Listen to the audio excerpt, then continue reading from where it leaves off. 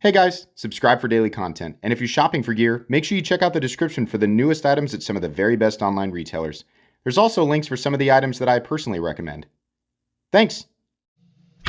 What's going on YouTube? Metal Complex here, and today I've got another short little unboxing video to share with you guys. Actually, there's a whole bunch of stuff here from QSP. Truthfully, they sent me a whole bunch more, but there's too much to put in one unboxing video, so we're going to do these today, and perhaps the others a couple of days down the road. Thanks so much to QSP for sending these in for me to take a look at. I think these are knives that are available. I don't know. I haven't been in here yet. I'll link everything in this video down in the description so that you can check them out for yourself.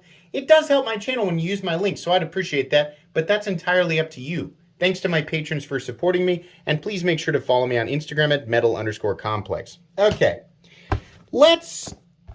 I feel like this is probably a fixed blade. This is called the Bison D2 blade linen micarta handle. Don't show a lot of fixed blades on my channel, but we're gonna go ahead and check this one out. All right, feels like a, oh, that's a nice looking knife. Okay, so listen, I don't usually get too worked up about fixed blades, not usually, but I do like how this looks. Probably, I'm gonna guess 165 thousandths on the stock. Flat ground clip point blade, very nice. If you're gonna do a satin finish, that's a nice one. Just roomy enough to get a full 4-finger grip. I would not. That's more of just an enlarged sharpening choil. That's a good looking fixed blade. Gosh, I wish for my hands, right? For my hands, I wish that the handle was just a little bit longer, but that's okay. This is nicely done, and considering the materials here, I very much doubt that this is an expensive fixed blade. Keep in mind, this video in no way, shape, or form is a review. This is just me giving my first impressions. If I decide to actually review some of these, those videos will be individual and will be much longer and much more detailed. Okay, the Bison, I like that. I'm not much of, a person who can give, meaningful critique on sheaths, but it clips in there pretty well. Doesn't seem to move around too much. This is most likely, multi-directional, the clip right here. Is this called a molly clip? I don't know. I'm terrible at identifying stuff like that. You can tell I'm a folding knife reviewer, right? But I do like the design of this. The design of this knife looks good, and it is comfortable in hand. This is meaningful thickness, right? I also like the color of the micarta. It's actually green.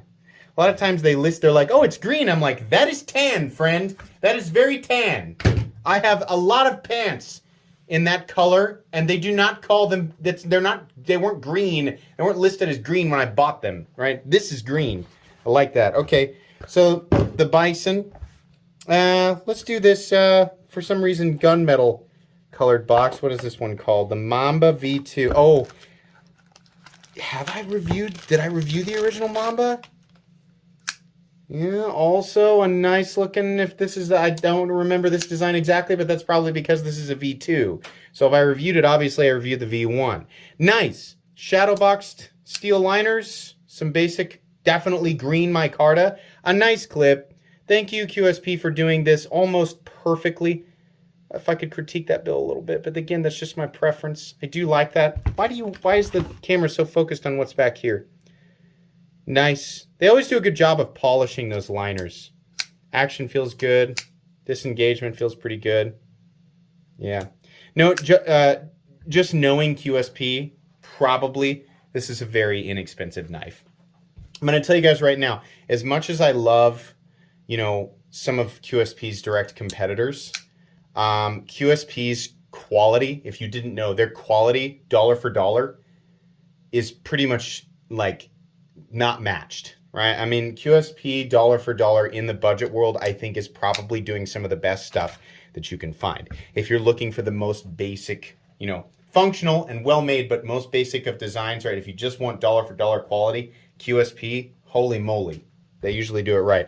Let's open up this one, the Leopard.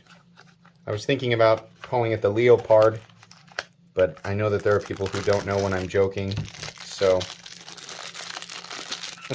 never mind. Okay, we have, unfortunately, shiny carbon fiber, and I know some of you guys like this stuff. When I, is this a laminate? Let's look. Is this a laminate? It sure looks like it. I believe that that is the case. It will probably just say right on the box. Yeah. CF overlay G10 handle. So, okay. I mean, at the price point, which again, I don't know it, but I'm sure just knowing QSP, it's not very expensive. Nice flipping action though. Interesting. I don't know why it wasn't exactly the blade shape I was expecting. But okay, it's probably not horribly expensive, and this guy's in 14C28N, so maybe this guy is probably going to be a little bit more. I would venture to guess, at least I would hope, that they kept that in reasonable budget territory. QSP usually does a great job of that. I don't like the shiny carbon fiber, right? That, to me, of all the carbon fiber that is out there, I mean, this little strip of carbon fiber on top, like, make no mistake, it's real carbon fiber, but this flat surface and the polishing, to me, just gives me it just makes it look cheap. I mean, yes, these are inexpensive knives, but this makes it look a little bit cheap to me. I would venture to guess that these are also offered in various scale materials. That was my fault.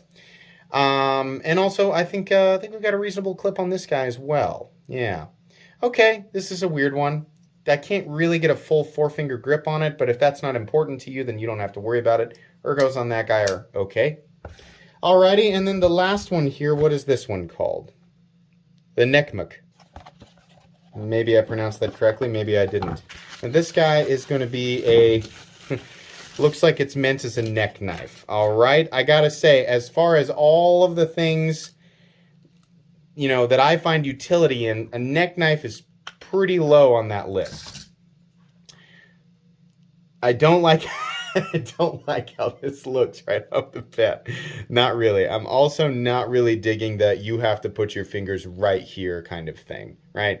So, but that's me, right? You guys know I'm not really into balisongs. I'm not into neck knives or boot knives or belt knives or I don't know, wherever else people keep knives, right?